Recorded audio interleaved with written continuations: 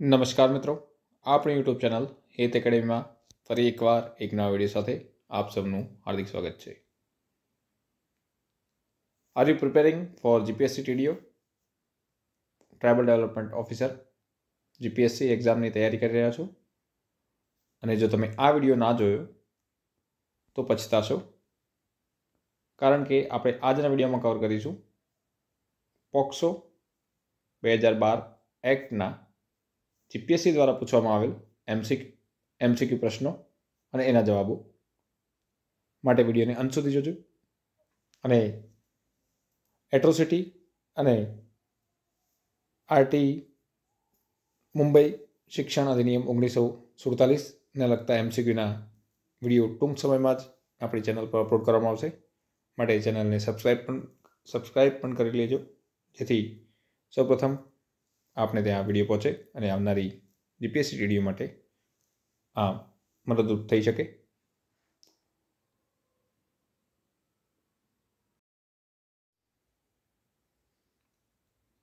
પહેલો પ્રશ્ન છે, જાતીય ગુનાઓ સામે બાળકોને રક્ષણ આપતા અધિનિયમ 2012 અનુસાર જે બાળક પર આ કાયદા અન્વયે ગુનો થયેલ હોય તે બાળકની તબીબી તપાસ તેના માતા પિતા કે અન્ય વ્યક્તિ જેની પર બાળકને વિશ્વાસ હોય તેની હાજરીમાં.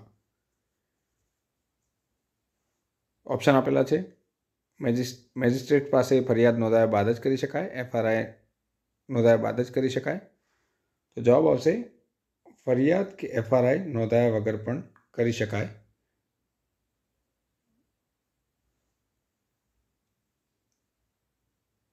જાતીય ગુનાઓ સામે બાળકોને રક્ષણ આપતા અધિનિયમ 2012 અનુસાર જે બાળક પર આ કાયદો અન્વયે ગુનો થયેલ હોય તે બાળકની તબીબી તપાસ ફરિયાદ કે એફઆઈઆર નોંધા વગર પણ કરી શકાય. ત્યારબાદનો પ્રશ્ન છે, કોઈપણ વ્યક્તિ બાળકને સમાવેશ થયેલો હોય તેવું અશ્લીલ સાહિત્ય વેપાર કરવાના હેતુથી સંગ્રહિત કરે અથવા તો ધરાવતો હોવાના આરોપમાં બીજી વખત દોષિત જાહેર થયેલો હોય તો જાતીય ગુના સામે બાળકોને રક્ષણ અપાતો અધિનિયમ પોક્સો 2012 પ્રમાણે તેને 5 વર્ષથી ઓછી નહીં અને મહત્તમ 7 વર્ષ સુધીની કોઈપણ પ્રકારની કેદ અથવા દંડની સજા થઈ શકે. ત્યારબાદનો પ્રશ્ન છે, જાતીય ગુનાઓ સામે બાળકોને રક્ષણ અપાતો અધિનિયમ 2012 હેઠળના ગુના માટેની ખાસ કોર્ટ દ્વારા બાળકનો પુરાવો ખાલી જગ્યા દિવસોમાં નોંધી લેવાનો રહેશે, તો 30 દિવસોમાં. ત્યારબાદનો પ્રશ્ન, જાતીય ગુનાઓ સામે બાળકોને રક્ષણ અપાતો નિયમ 2012ની હેઠળની ખાસ અદાલત જો ભોગ બનનાર બાળકને વળતર ચૂકવવાનો હુકમ કર્યો હોય તો તે રકમ રાજ્ય સરકારે કેટલા સમયગાળામાં ચૂકવવાની રહેશે? તો અદાલતનો હુકમ મળેથી 30 દિવસમાં.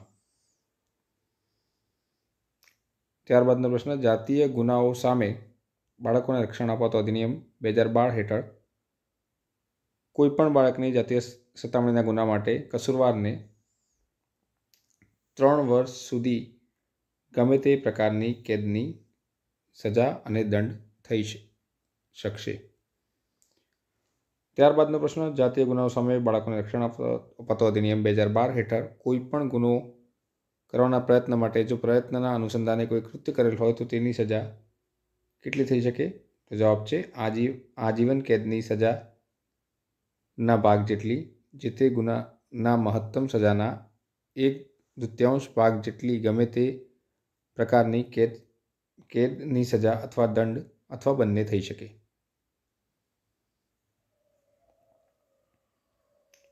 ત્યારબાદનો પ્રશ્ન છે, જાતીય ગુનાઓ સામે બાળકોને રક્ષણ અપાતો અધિનિયમ 2012 હેઠળની ખાસ અદાલતની રચના નીચે પૈકી કોણ કરશે? તો રાજ્યની વડી અદાલતના મુખ્ય ન્યાયાધીશ સાથે મસલત કરીને રાજ્ય સરકાર કરશે.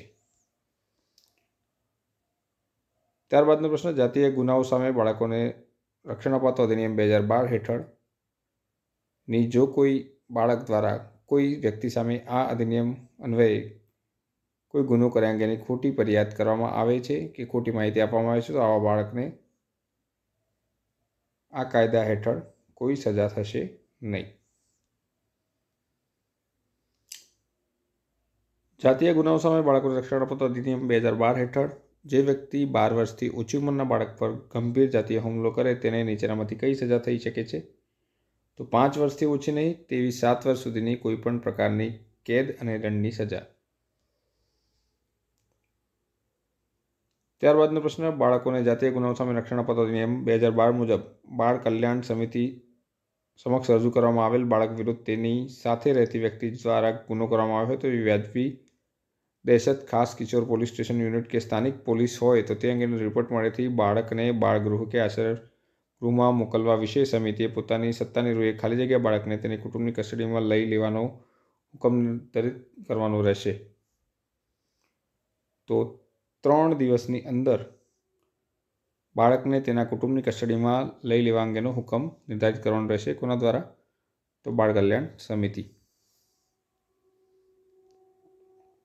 ત્યારબાદનો પ્રશ્ન, બાળકોને જાતીય ગુનાઓ સામે રક્ષણ અપાતો નિયમો 2012 મુજબ સ્થાનિક પોલીસ સ્ટેશન મળેલ માહિતી પરથી માનવાને કારણ હોય કે બાળક વિરુદ્ધ તેની સાથે રહેતી વ્યક્તિ ગુનો કરે છે ત્યારે ખાસ કિશોર પોલીસ યુનિટ SJPU કે સ્થાનિક પોલીસ તે બાળકને બાળ કલ્યાણ સમિતિ સમક્ષ રિપોર્ટ મળેથી 24 કલાકની અંદર રજૂ કરવાનું રહેશે. પોક્સો 2012ની જોગવાઈ અનુસાર નીચે પૈકી કોના દ્વારા પોલીસ કર્મચારીઓ માટે તાલીમ, ઘડતર અને અમલીકરણનું માળખું તૈયાર કરવામાં આવે છે જેથી તેઓ જાતીય ગુનાઓ સામે બાળકોને રક્ષણ અપાતો અધિનિયમ 2012 હેઠળની તેમના કાર્યો અસરકારક રીતે કરી શકે? જવાબ છે state commissioner for protection of child rights.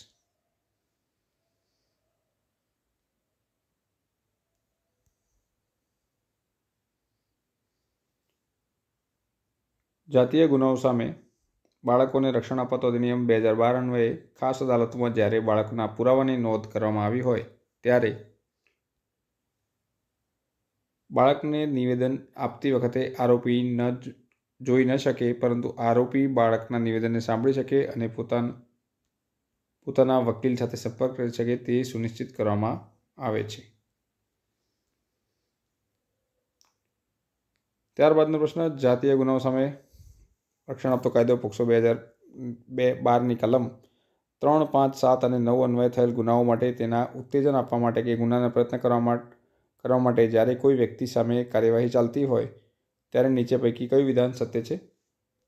તો જ્યાં સુધી વિપરીત પુરવાર ન થાય ખાસ અદાલત એમ માની લેશે કે વ્યક્તિએ ગુનો કરેલ છે અને તેને ઉત્તેજન આપેલ છે કે ગુનો કરવા પ્રયત્ન કરેલ છે.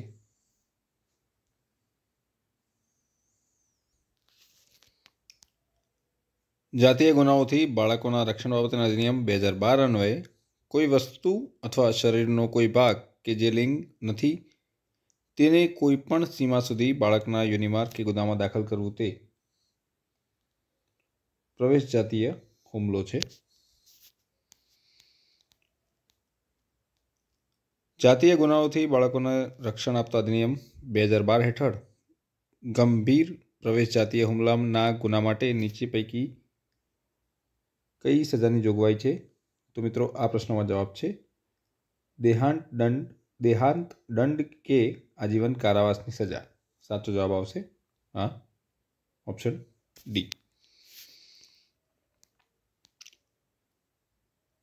ત્યારબાદનો પ્રશ્ન, પોક્સો 2012 અન્વયે જો કોઈ વ્યક્તિ જાતીય ઈરાદાથી જો કોઈ બાળકની યોનિ કે લિંગ સ્પર્શ કરે કે અન્ય વ્યક્તિની યોનિ કે લિંગનો સ્પર્શ બાળક દ્વારા કરાવે તો કસૂરવાર વ્યક્તિને નીચે પૈકી કઈ સજા થશે?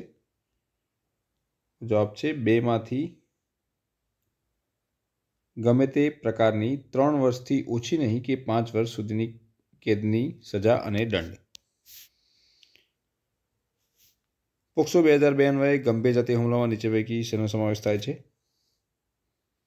તો કર્મચારી દ્વારા દવાખાનામાં બાળક પર જાતીય હુમલો.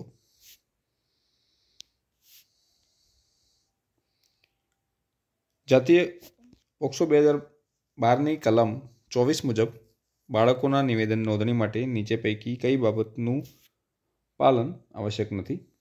તો નિવેદન તેના ઘરમાં લેવું, પોલીસ સબ ઇન્સ્પેક્ટર કે તેના ઉપરથી અધિકારી લેવું,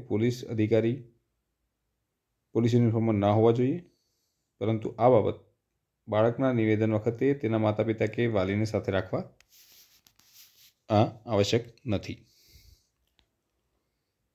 પોક્સો 2012 મુજબ ખાસ કરીને સરકારી વકીલની નિમણૂક કોના દ્વારા કરવામાં આવશે? જવાબ આવશે રાજ્ય સરકાર દ્વારા. પોક્સો 2012ની કલમ 3, 5, 7, 9 હેઠળ ગુનાઓ અને તેના દુષ્પ્રેરણ કે પ્રયત્નની ઇન્સાફી કાર્યવાહી દરમિયાન સ્પેશિયલ કોર્ટ જ્યાં સુધી વિરુદ્ધ સાબિત ન થાય તેમ સુધી માનશે કે આરોપીએ આ કાયદાની હેઠળ ગુનો કરેલ છે, દુષ્પ્રેરણ કરેલ છે અને પ્રયત્ન કરેલ છે. આ પ્રશ્ન અગાઉ પણ આવી ગયો મિત્રો. પોક્સો 2012ના મુજબ કોઈ પણ પીડિત બાળકના વાલી વકીલ રોકવા સક્ષમ ન હોય ત્યારે તેઓ પસંદગીના વકીલને રોકવાની વ્યવસ્થા કોણ કરી આપશે? તો કાનૂની સેવા સત્તામંડળ. પોક્સો 2012 અન્વયે કોઈ વ્યક્તિ કોઈ બાળક પર પ્રવેશ જાતીય હુમલો કરે અને બાળકને જાહેરમાં નિવસ્ત્ર કરીને તેનું પ્રદર્શન કરે તો કેવો હુમલો ગણાશે? તો ગંભીર પ્રવેશ જાતીય હુમલો. પોક્સો 2012 અન્વયે કોઈ વ્યક્તિ 3, 5, 7, 9 હેઠળ ગુનાઓ સંબંધી કોઈ સામે ખોટી ફરિયાદ કરે તેનો ઈરાદો બદનક્ષીનો હોય તો નીચે પૈકી કઈ સજાને પાત્ર ઠરશે? તો 6 માસ સુધીની કેદ અથવા દંડ, બંને.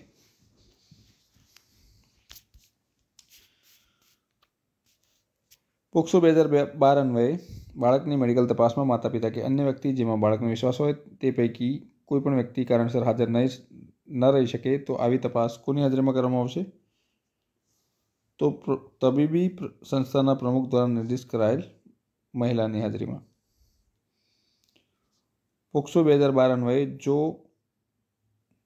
બદલ શારીરિક અને માનસિક રીતે સક્ષમ ન હોય ત્યારે અદાલત બાળકની જુબાની નોંધણી કરવા માટે કોની સહાયતા લઈ શકશે? તો જવાબ છે ખાસ શિક્ષકની. પોક્સો 2012 મુજબ ખાસ જુનેવાઇલ પોલીસ યુનિટને ગુનાની માહિતી મળે અને પીડિત બાળકના સહાયતા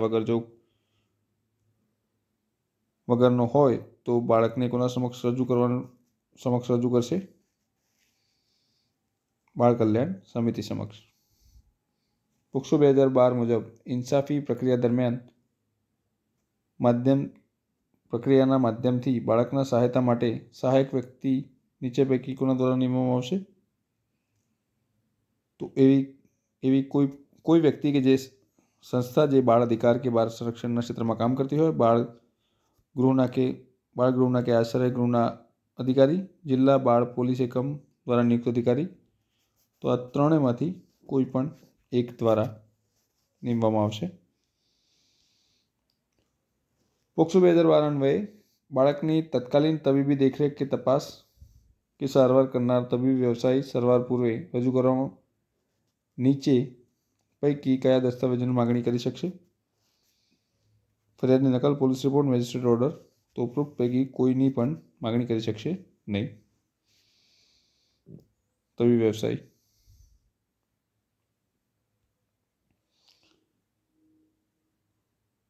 પોક્સો 2012 અન્વયે ચાઇલ્ડ વેલફેર કમિટીની સત્તા હેઠળ આવનાર બાળકના જાતીય દુરુપયોગ અંગેનો કોઈ પણ કેસનો રિપોર્ટ નીચે પૈકી કોણ માગી શકશે? રાષ્ટ્રીય બાળ અધિકાર સંરક્ષણ એકમ.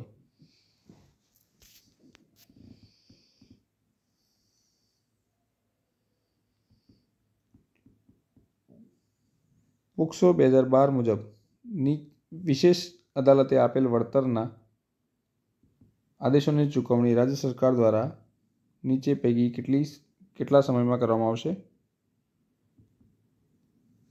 જવાબ છે 30 દિવસમાં.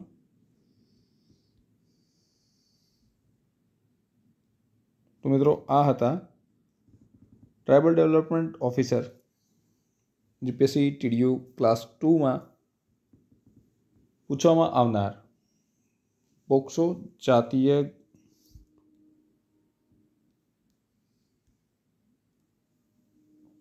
ગુનાઓથી બાળકોના રક્ષણ બાબતના અધિનિયમ પોક્સો 2012 હેઠળના પૂછવામાં આવતા પ્રશ્નો અને એના જવાબો. વિડીયો પસંદ આવ્યો હોય તો વિડીયોને લાઇક કરો, શેર કરો અને please don't forget two subscribe our YouTube channel હેત એકેડમી.